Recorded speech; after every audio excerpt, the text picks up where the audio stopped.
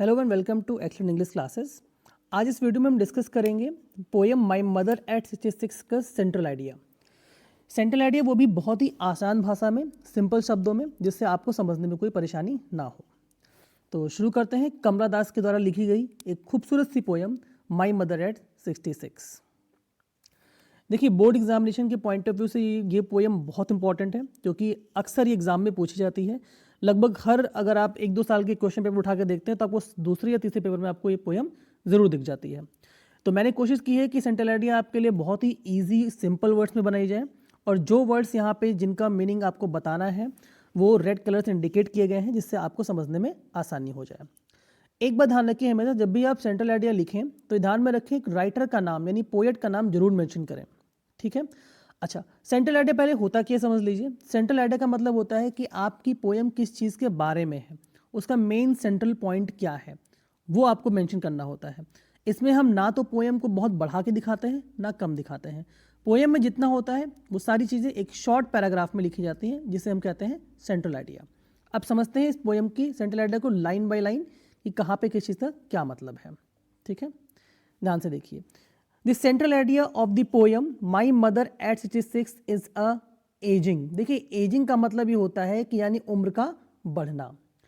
The central idea of the poem of my mother, यानी जो central idea है poem My Mother at 66 is aging, वो एक तरह से एज के बारे में यानी एजिंग के बारे में है। ठीक है।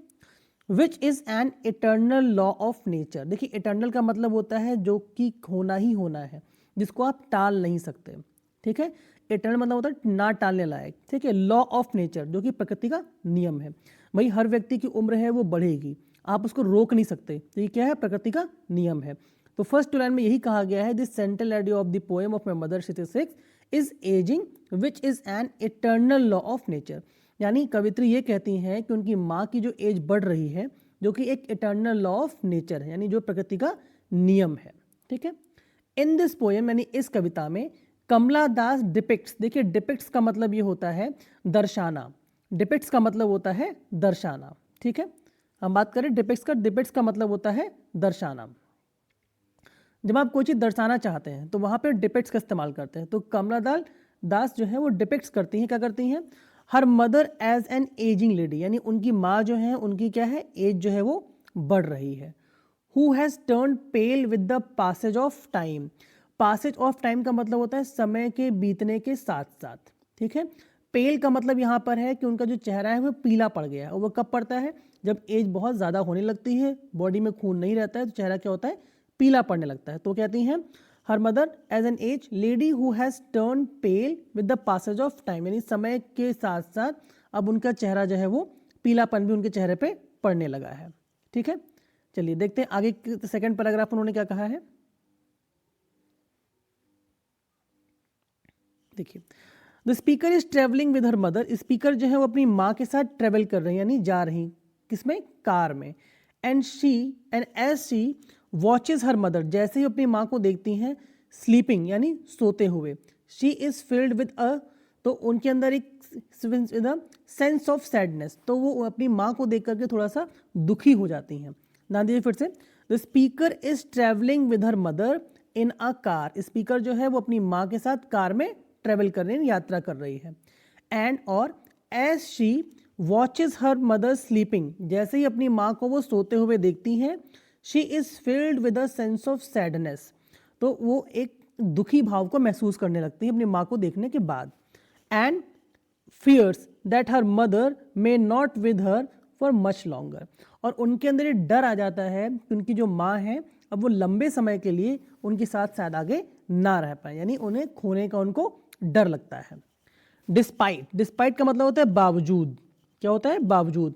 डिस्पाइट द सैडनेस, यानी इतना दुखीपन होने के बावजूद, the poem is also a celebration of deep love, लेकिन पोएम फिर भी इसमें एक दोनों के बीच में जो प्यार है उसको सेलिब्रेट करती है। And the connection between the speaker and her mother, और साथ साथ यानी स्पीकर यानी कवि और उनकी माँ के बीच में जो एक कनेक्शन, जो संबंध है, उसको दिखाती है बहुत खूबसूरती से। ठीक है, तो ये है आपकी पोएम कमला दास, जिसमें मैं आपको एक बार फिर से समझा देता हूँ। This central idea of the poem of my mother eight 66 is ageing, यानी जो पोएम है मदर 66, ये सिर्फ एजिंग की बात हो रही है, यानी कैसे उम्र बढ़ रही है। Which is an eternal law of nature, जो कि नेचर का एक इटर्नल लॉ है, यानी ना बदला जाने वाला नियम, यानी ऐसा नहीं जिसे आप बदल नहीं सकते। इटर्नल का मतलब क्या होता है, जिसको आप कभी भी बदल नहीं सकते।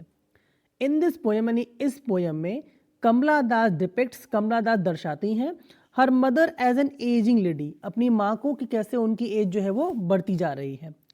हु हैज़ टर्न्ड पेल, अब उनका चेहरा जो है वो पीला पड़ चुका है। With the passage of time, समय के बीतने के साथ साथ। The speaker is travelling with her mother in a car, speaker जो है वो अपनी माँ के साथ कार में ट्रेवल कर रही हैं। And as she watches her face sleeping, जैसे ही अपनी माँ का चेहरा देखती हैं सोते हुए, she is filled with a sense of sadness, तो वो एक दुखीपन से भर जाती हैं, यानी उनको एक दुखी सा एहसास होने लगता है। And fears that her mother may not be with her for much longer, और फियर मतलब डर, और उनको डर होता है कि उनकी माँ जो है अब और लंबे समय तक उनके साथ शायद ना रह पाए। डिस्पाइट, यानी इसके बावजूद, द सैडनेस, इतनी दुखी होने के बावजूद, the poem is also celebration of deep love, और पोएम में फिर भी एक सेलिब्रेशन है दोनों के आपस में प्यार का। एंड कनेक्शन, कनेक्शन संबंध का, किसके बीच में, between the speaker and her mother, यानी कवि और साथ में उसकी माँ के साथ में। ठीक है, तो ये है इस पोएम को सबसे सिंपल लैंग्वेज में अगर आप लिख सकते हैं। अगर आप 12th एग्जाम में इस पोएम को इतना ही लिख कर आते हैं सेंट्रल आइडिया, आपके मार्क्स फुल ऑफ फुल आएंगे, उसमें कोई भी प्रॉब्लम नहीं होगी, कोई डिडक्ट नहीं होगा, जो कि पोएम कंप्लीट यहाँ से होती है। ठीक है, तो ये था एक आसान भाषा में आपको सेंट्रल आइडिया समझाने का तरीका। अगर आपको अभी भी इसमें कुछ डाउट है तो आप मुझे कॉमेंट करें, अपनी बात को बताएं, और अगर आपको वीडियो अच्छा लगा है तो उसको शेयर करें। Thank you.